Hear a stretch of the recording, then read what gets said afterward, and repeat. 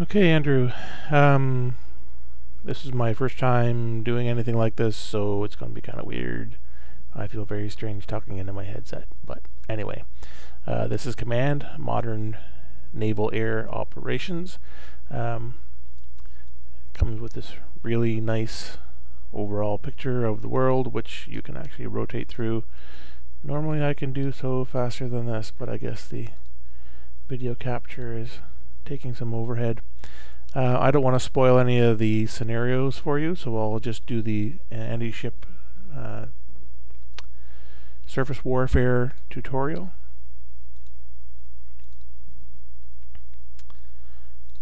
I've loaded this up briefly and looked at it, but I haven't really played it through, and it's a tutorial. It's not really difficult. When the scenario first comes up, whoever designed the scenario will have made either one side or both sides playable. Here only Blue 4 is playable, and as you can tell, we're commanding the USS Stockdale, an Arleigh Burke class guided missile destroyer, a powerful surface unit to be sure.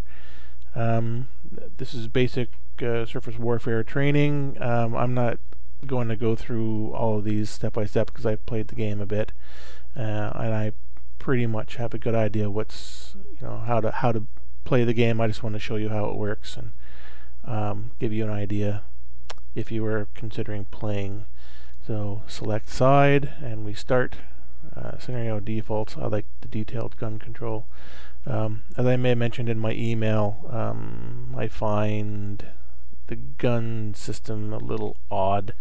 It makes sense with modern day rapid fire guns with radar directed fire control, global positioning, that sort of thing, but this game covers everything from 1950 to 2020, I think they said. So there's that bit of text that I sent you earlier is from 1950. While they certainly had radar gun control in 1950, I'm not sure whether they would fire off shells as fast as the gun crews could load the guns, or the autoloaders could load the guns. But that's kind of a minor thing. Anyway, we'll start the scenario here.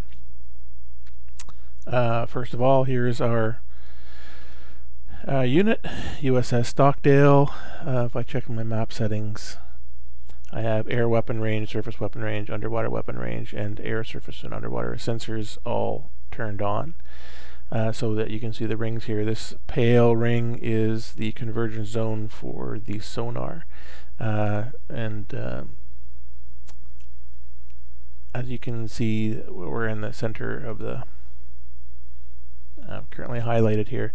I believe the green is weapon range, or a sensor range. Let's see here, if we check information over here, 0 knots full stop, it's set to manual. The unit type is here, so you can click on it to get an overall view. The image is part of an extra pack that I downloaded from their website, and they have quite an extensive database of ships, of course. Multiple ship types over the, if it's a long-lived class, then you'll see the different variants, etc., etc. You can sort them. You go through the weapons, facilities, platform type, by country. It's a naval war game. They've got a huge database. So here's our Arleigh Burke class. I'm sure you're well familiar with it. Max sea state, length, beam, draft, all that usual good stuff. Sensors. And I'm not really keeping up on a modern naval technology. A lot of this stuff is familiar, but a lot of it isn't either. Like a Bridgemaster ATA. Max range 25 nautical miles with the surface. Okay. And of course they have weapon systems, 2 triple Mark 46 launchers, a single barreled 5-inch gun, a 32 cell and a 64 cell vertical launch systems, no idea what a Mark 53 Nolka is. I always call this a sub-rock. I know it's not right.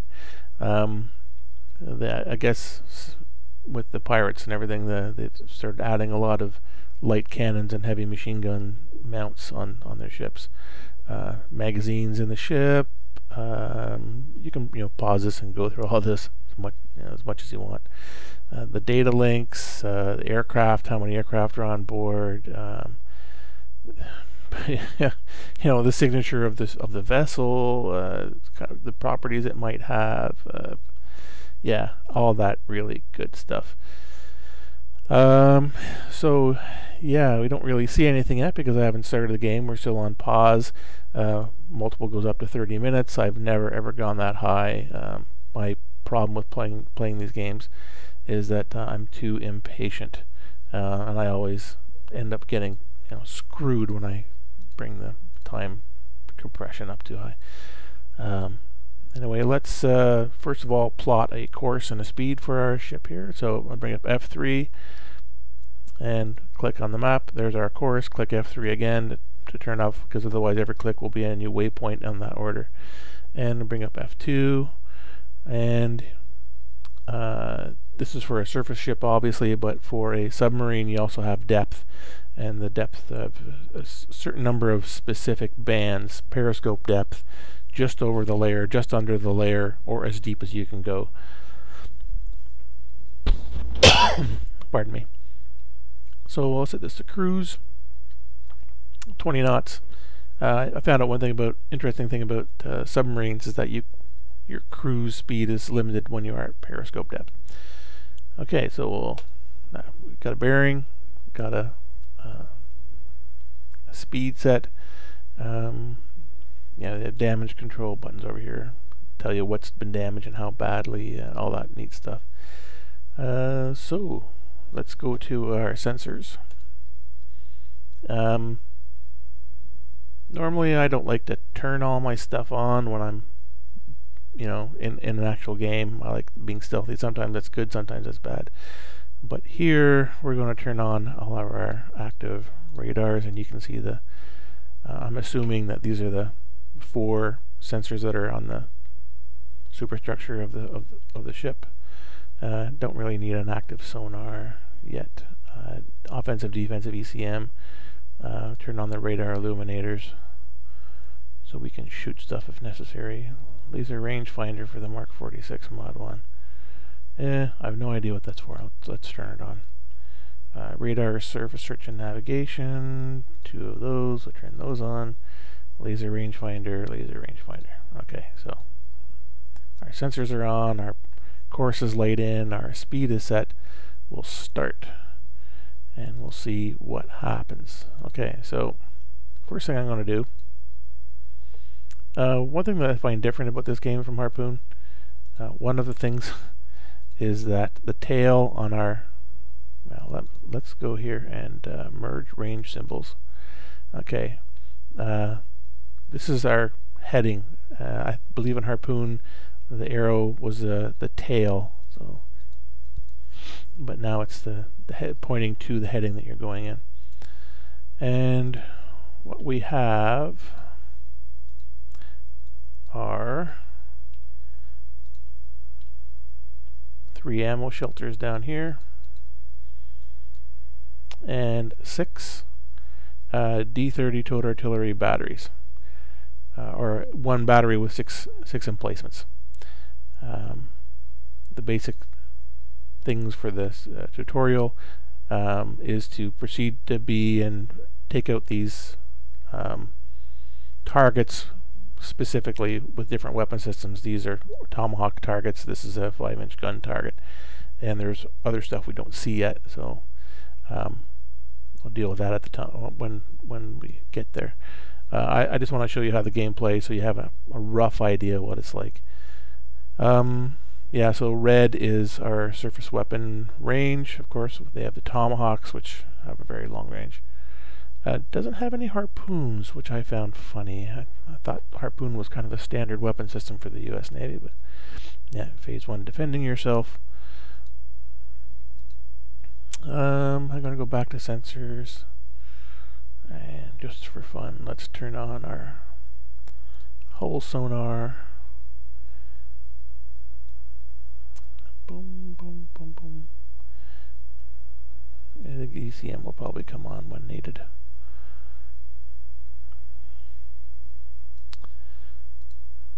And ships seem to slow down a lot when they're doing maneuvers. Like they slow down by 2/3 or cruise. Are we okay? The information window popped up and froze the time. So I'm going to steam in this direction with the aim of shelling our target here. So, as you can no doubt tell, we have a Goblin contact report here. Now, seeing as this is a tutorial, I know this is an enemy submarine and we're going to go sink it. But you'll see that it's designated as a neutral target at the moment. And, you know, just like Harpoon, you get various degrees of target information depending on you know, what the target is doing and if there's any emissions from the target.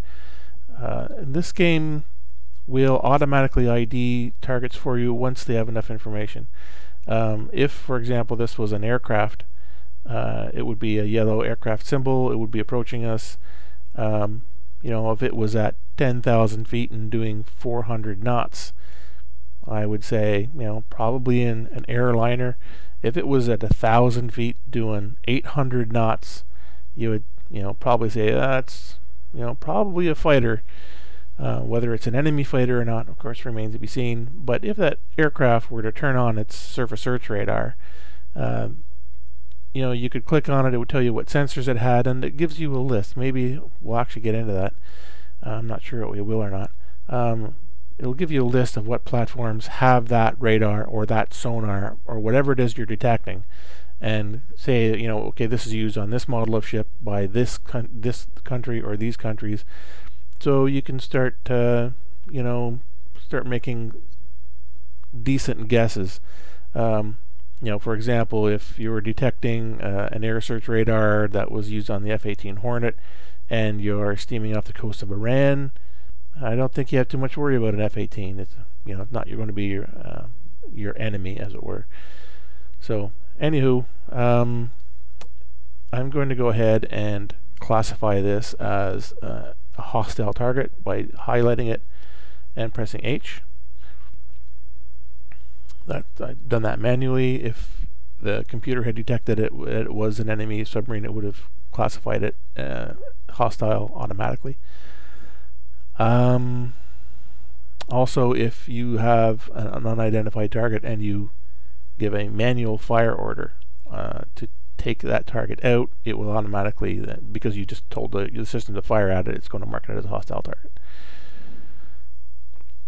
So, of course, being a DDG, we have 2 aircraft on board, 2 SH-60 Seahawks.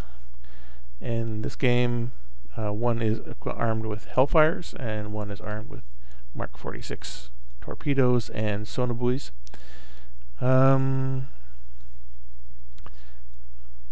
weapon system that the ship also has, if I recall correctly, yeah, one weird thing that they do is they kind of, yeah, they triple launch. They have 3 Mark 46s on board.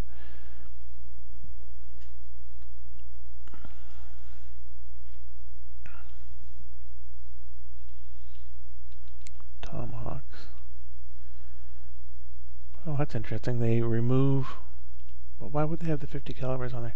I thought they'd remove the 5-inch gun because the 5-inch gun can't really take on a submerged target.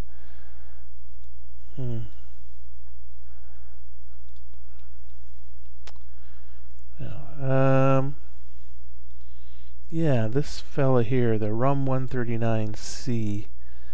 Can I get any more information? information on that?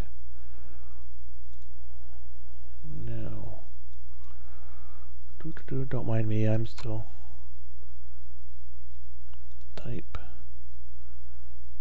Oh, I haven't updated this game. Oh, crap. With the basic version 1.0, which I'm running here, you cannot search by weapon types. In the 1.01 patch that has just come out, that I have obviously not applied yet, you can actually search the weapon systems by nation. But anyway, that I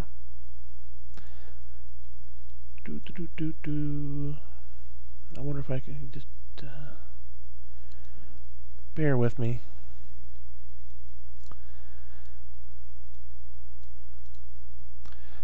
RUM 139C.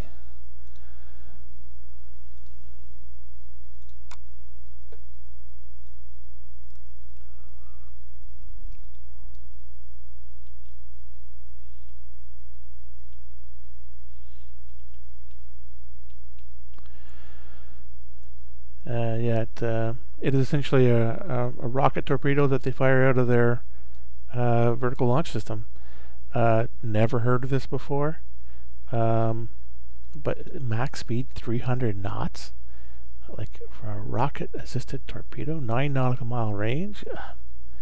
I find this like really weird, but anywho, so not much going on here. I'm going to just boost the time compression up to 5 seconds. Anyway, I do not believe. So I have a target here that I want to engage. Right. Let's go issue a manual order to fire a RUM torpedo at it. I think we're out of range. We're going to try it anyway. So, unit orders, engage target manual. If you use auto, it will fire whatever system it has that's capable of hitting that target automatically. In the case of a gun system, it'll just start firing, as fast as it can until the target is destroyed. And so engage target, click on target, and it brings up firing unit, the target that you've selected, the weapon systems that you have that are capable of taking on that target. In this case, there's torpedoes, right? So Mark 46s are out of range, and the RUM 139 out of range. So I think I will launch a Seahawk aircraft. Ding. We'll pick, of course, the Mark 46 and launch individually. And it's going to launch in 1 minute and 30 seconds, which at our current time compression shouldn't be too long.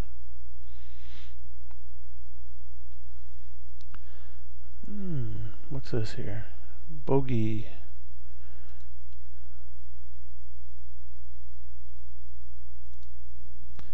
Here we have P3 Orion, update 3. Yeah, it had a certain radar on it, so it got typed by automatically. Now I'm just going to slow this down a bit. Yeah. So here's our helicopter, and using the same, let's just fly you down here, and I would like you to use low altitude flight, something down around 300 meters, and we'll just use cruise speed, and away he goes. And as you can see, the system gives you an idea of what sort of sensors they've detected from the target. And you'll also notice that the text fades and emboldens. The brighter it is, the more current the information is. So, what do we have here? We have vampires inbound. And of course you can see the text down here. You can actually pop this window out into a separate text window, which is nice, but I have found that it can cause problems. Where, especially with time compression on, every time that time compression pulses when you're in the text window. It forces the text window to stay at the forefront, so it becomes difficult to come back to this main navigation window to do anything. So, anywho, yeah, and another thing, we're being jammed, negative enemy jamming, and we're cavitating because we're doing 20 knots here. Are we doing 20 knots? Are they just? I'm not sure if this. Yeah, 20 knots cruise, so we're cavitating. So that's a nice little visual.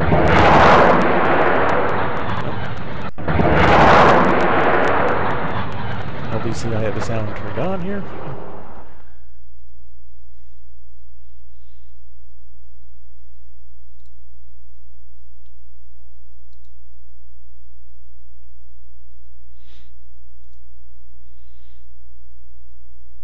Yeah, 1600 knots.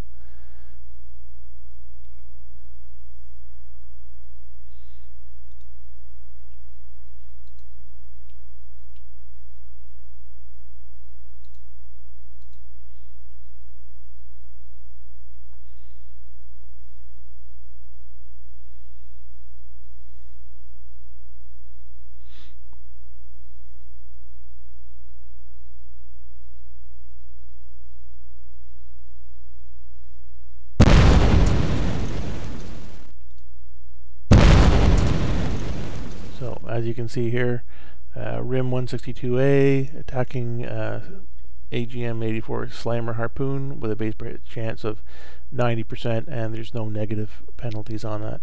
And also gives you messages when torpedoes and missiles run out of energy and self-destruct.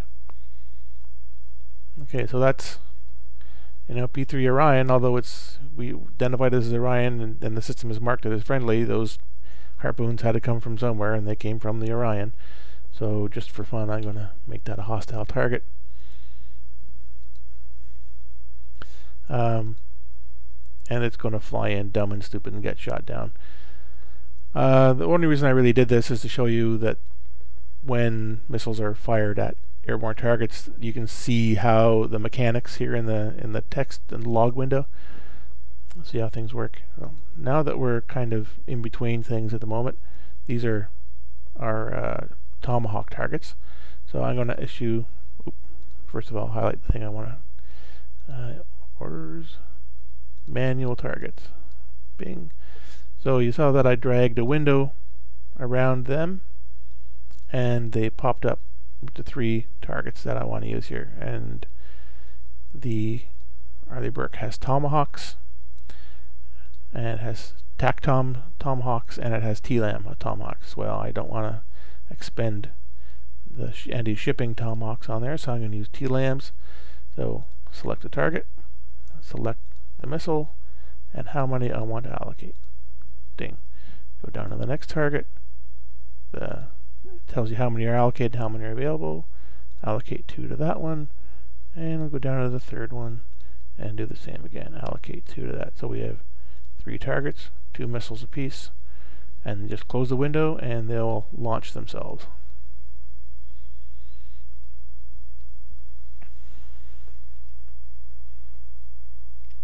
Eventually.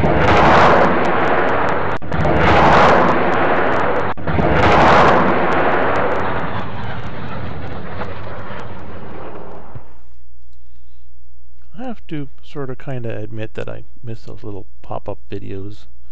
Not a big deal, but when I was playing on my old 486, I always turned them off because they were too intensive, resource intensive. But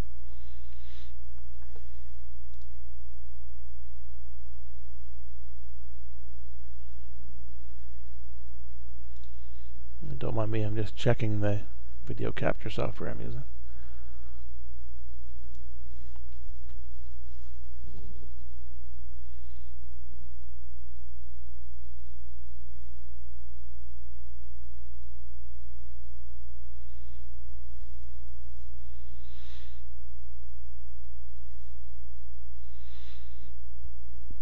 And I have the merge sensors option turned on, so you'll notice here when the helicopter starts moving out of the subsurface weapon range here. It starts pushing this bubble out a bit.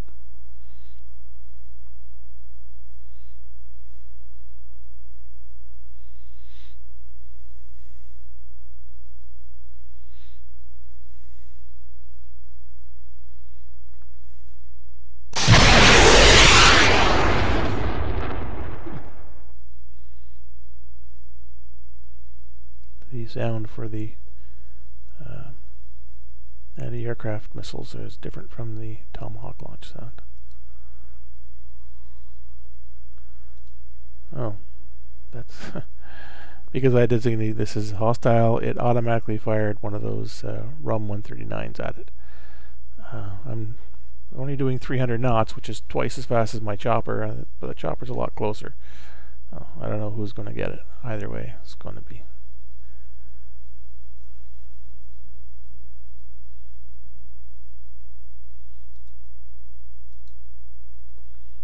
I'm just going to bump the time up a little bit here.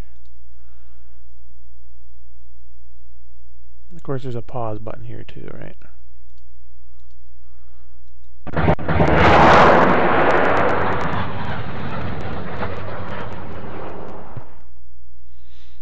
Now that's a pretty busy. Just going to pause it here. You know, my chopper is practically right over.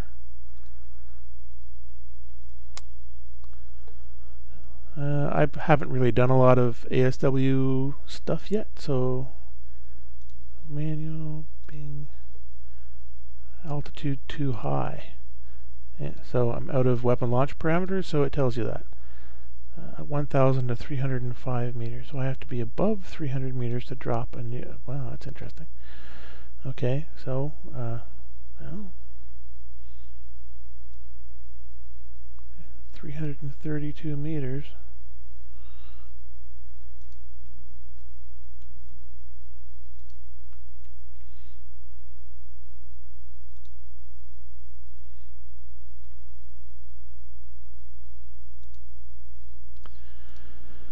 Yeah, engage target manual. Altitude too high. 1,000 to 305. Oh. My altitude not 332 meters. I have to be under 300 meters, I guess.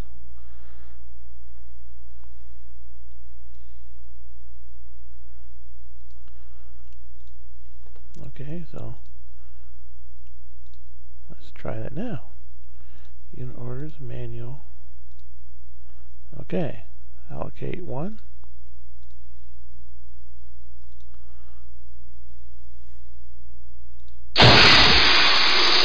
And you see the seeker head from the torpedo as it goes in the water. And my helicopter flies overhead. And let's just zoom out here.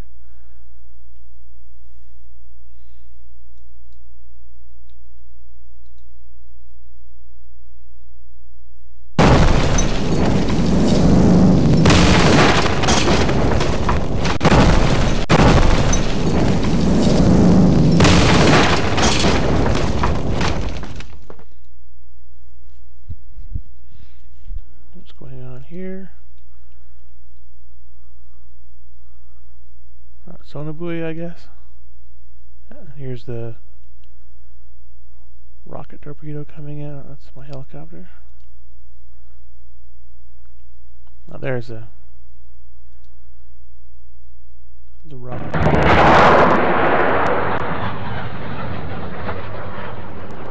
What just happened?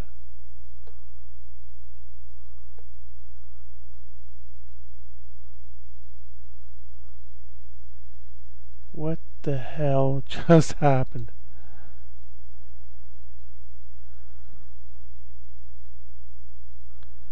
Did we just drop a nuke? Oh, okay.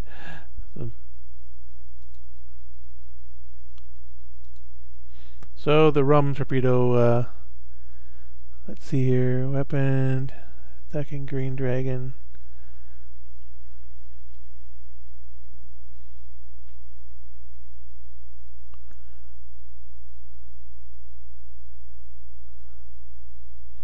Yeah, so one of the Tomahawks malfunctioned.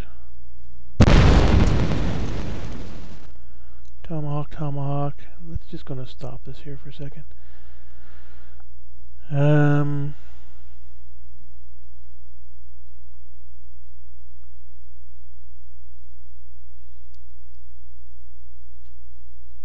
Yeah, so what we have happening here, I guess the ship fired 2 SAMs at the incoming P3 Orion, who attempted a chaff salvo here. 5 cartridges, tech not applicable, attempting to seduce the sensor, semi-active radar Homer. Yep, final probability 20%, roll 87 failure. So the chaff didn't spoof it. And here the missile makes its attack, attacking Green Dragon 1 with a base of 90%, adjusted for distance 77%, so it's lost 13% because of the range in which it attacked. The aircraft is maneuvering with agility, which is a minus 10% penalty, so final percentage to hit 67, roll 73 is a miss. So the missile went past the target, doesn't have an target illumination, so it's self-destructed. Then the Mark 54 torpedo that was on the end of that rocket makes its attack. Base percentage 85%, final base 85, 32 is a hit. 100% penetration achieved. Then we have some timekeeping events firing off, and then Goblin 5 has been lost because it just took a 900 damage point torpedo. And then we have a second missiles coming in on the Orion, another 20% 20% chance of spoofing, failed. And the missile makes its attack, 76. So it's slightly better this time, because it's a bit closer, I guess. 37 is a hit. And yeah, so we get hit by 2 SAMs. So poor Orion didn't fare so well there. So we'll resume the game. So here I have my helicopter with still a very adequate fuel load. I'm going to give him orders to fly to the center of the island. I'll have to adjust his altitude, of course. 3,500 feet. And we'll put him at cruise. And off he goes, and I'll tell him to turn on his radar surface search sensor and navigation radar and target designator.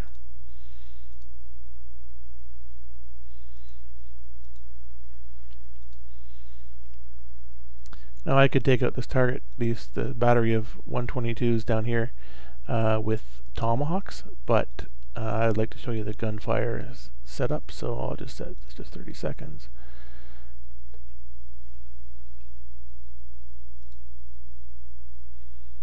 And we have another target over here. And it's been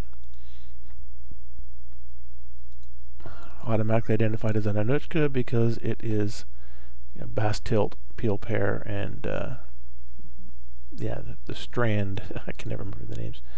Radars have been detected emanating from it, which are, according to the database, belong to the Nanushka 3 missile boat. I got some nice pictures that, like I said, that's an extra thing that I downloaded.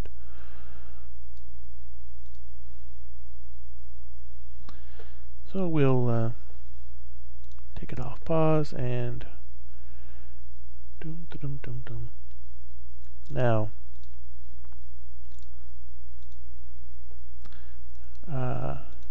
if I do a manual attack on him, it gives me an error that it can't because it has no out of range or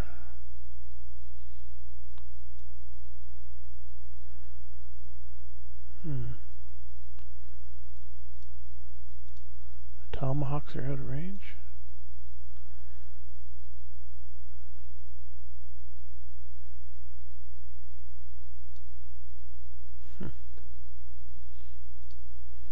I guess the the anti-shipping tomahawks require radar illumination.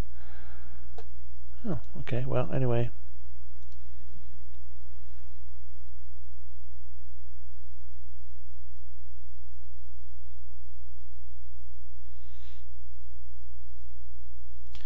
And my helicopter has reached the end of its waypoint. It's just going to loiter there. Can I tell it to just loiter? Yeah, no need to completely run around in circles at 150 miles an hour the entire time. One thing I can do is I can take my Hellfire and launch him. My Hellfire armed Seahawk. Another thing I didn't know, that Seahawks could take Hellfires, and I'll put him. I want to get him close enough to use his Hellfires, but not so close that he gets shot down. And we'll go back down to 1 second.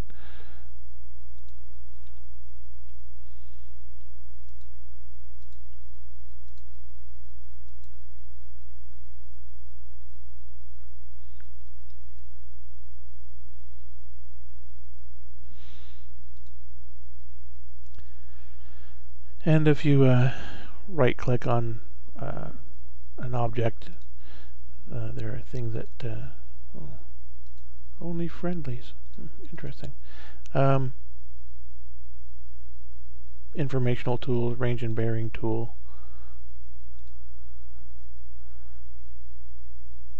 So that's yeah, 7 nautical miles thereabouts.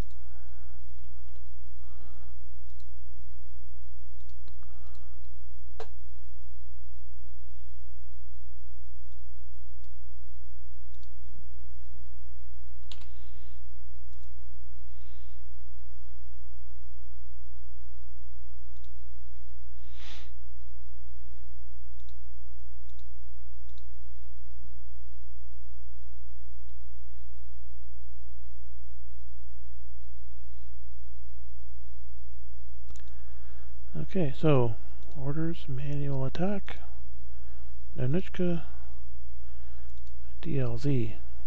Interesting. Orders, manual attack.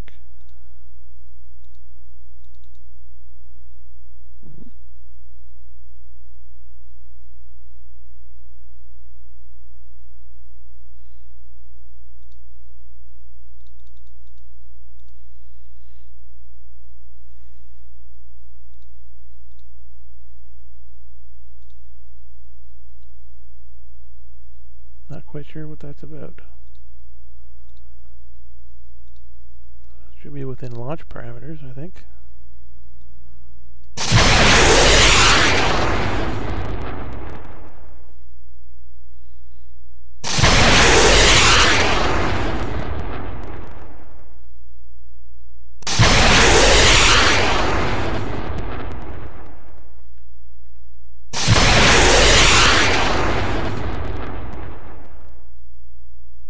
And now that he's launched all his weapons, I am going to tell him to return to base.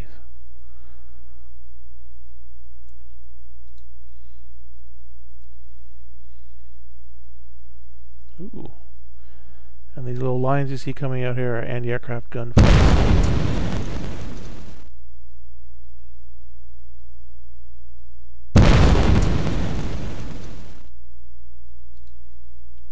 So 2 Hellfires in Anushka, that's got to be pretty nasty here. Deployed chaff, 30% of spoofing failed. The gun, 30mm Gatling gun, missed. Another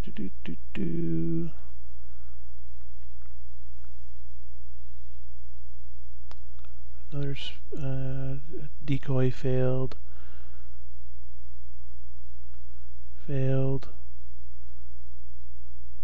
Hit 100% penetration. Yeah, it's armor-piercing warheads, right? Duplex. Light damage, minor fire. Yeah, so the red line, I think, is the line on top is your system health. If I read the manual, it would tell me all this, but either way, it's pretty nasty. I don't need either of these helicopters floating around. Well, what's his loiter time? Still pretty good.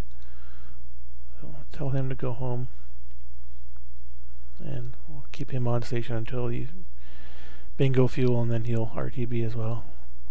Takes him about an hour and a half to rearm and refuel a Hellfire-armed Seahawk, and about half an hour for a Mark 46.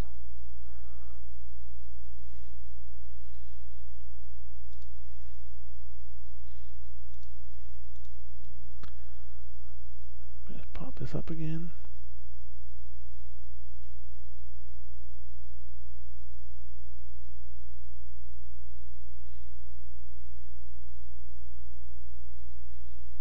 And radars are obviously still functioning.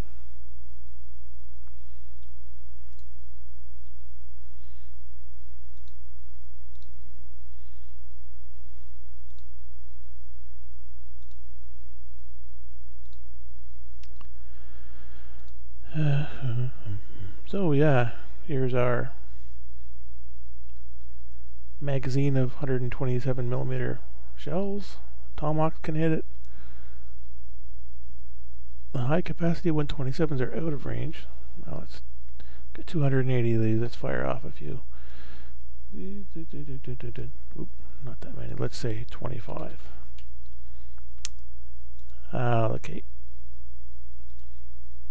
And I'll show you what I mean by the weird ass gun that goes on here.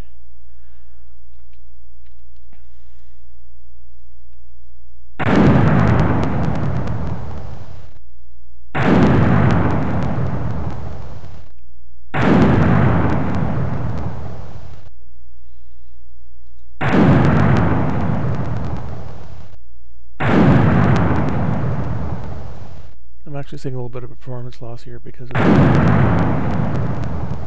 video capture utility. That sound's going to get annoying.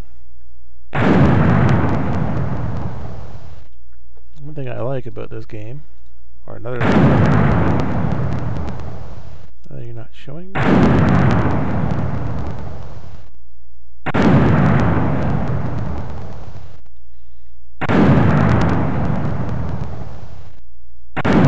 Shows you where the shells hit.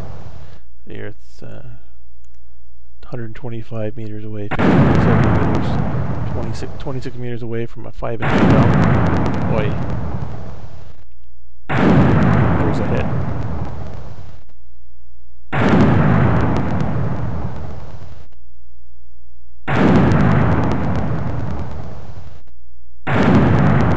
You also see that they've misspelled artillery over here.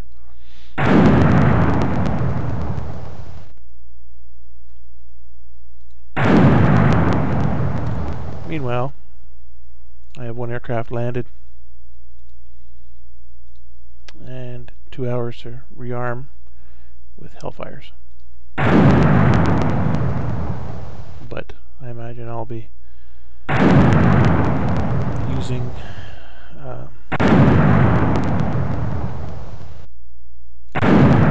dual sands on the Nunchka when I get around the corner.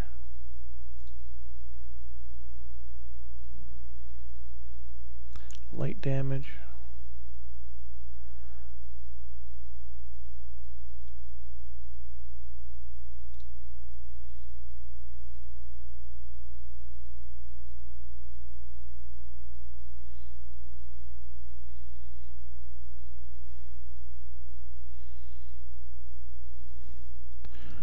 So let's alter the course here. I'll just come around the back of the island. Oop. Maybe not that close. There, that's better. And the difference here, I mentioned the auto attack. If I do a auto attack, it's going to use whatever weapon system has available, which is going to be Tomahawks. But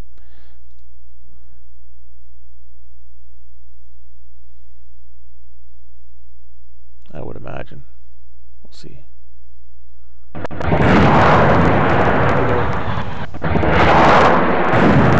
Fires tomahawks, and it's still firing the cannon.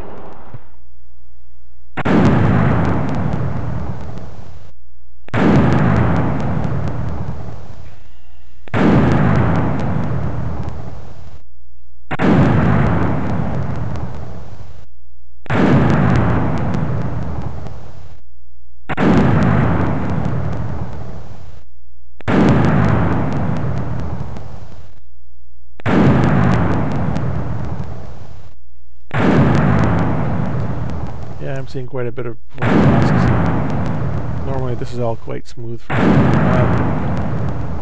My system is fairly new, but I didn't go for the latest greatest. This is a quad-core i5 Intel processor system with 8 gigs of RAM. It's not a...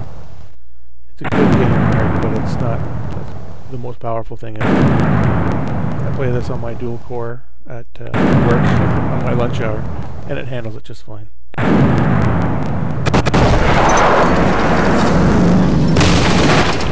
I don't know. That's an auto attack, so it's just fired off, 3 tomahawks, and if it left it up to me, I would have just let the 5-inch guns deal with it. But anyway, I'm going to put the time compression up to 30 seconds to make it around the south end of the island. You can see some of the informational stuff pop up here.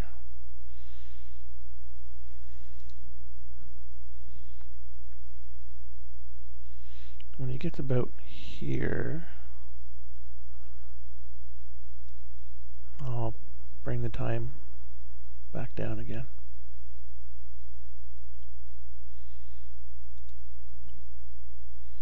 He seems to be getting his fire under control.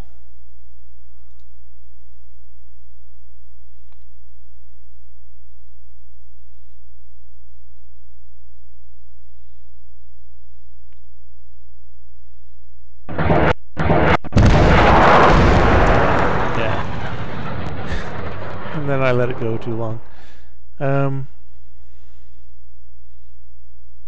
Yeah, so he fired his guided weapons at me and missed because Arleigh Burke, right? So sorry, I was a little too much of a hurry there. Like I said, I get too impatient playing this game. Oh my god, I've turned into a Twitch gamer.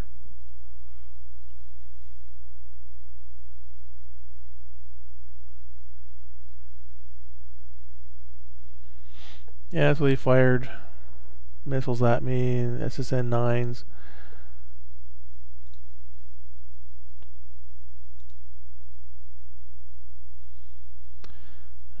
Unit orders, manual attack, Nanuchka. Yeah, well, I got 2 of them.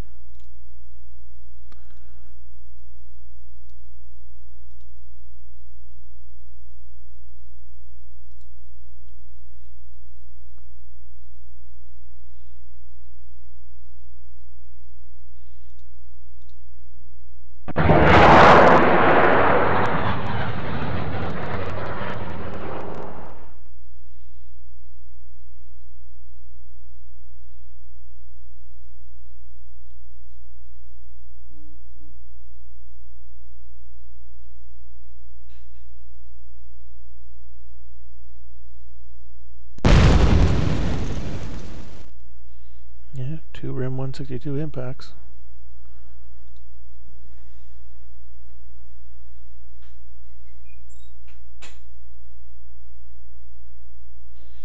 Yeah, BDA status damage. Okay, so the blue is flooding and the red is fire, and over top must be overall unit health, because I know they do a damage point system the same way Harpoon did.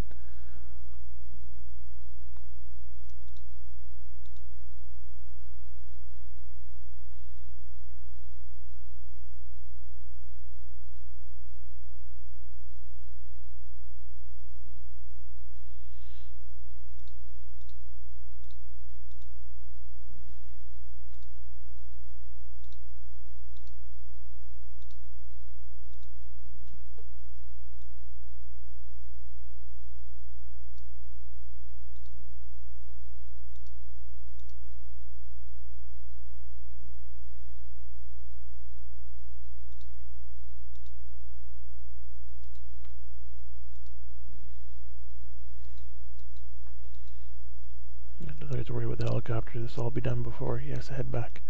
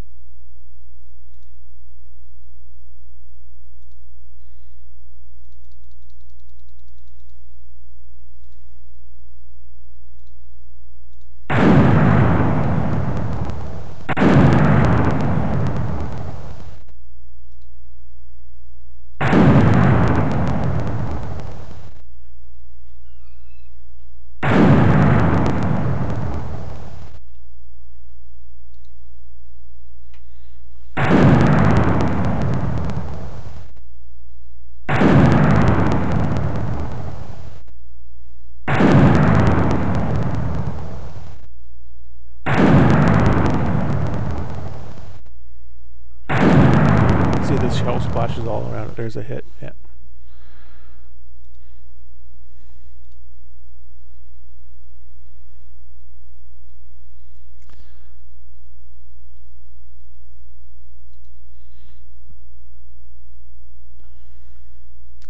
So there you go, Andrew. I hope that's a brief overview of anti-surface warfare, at least.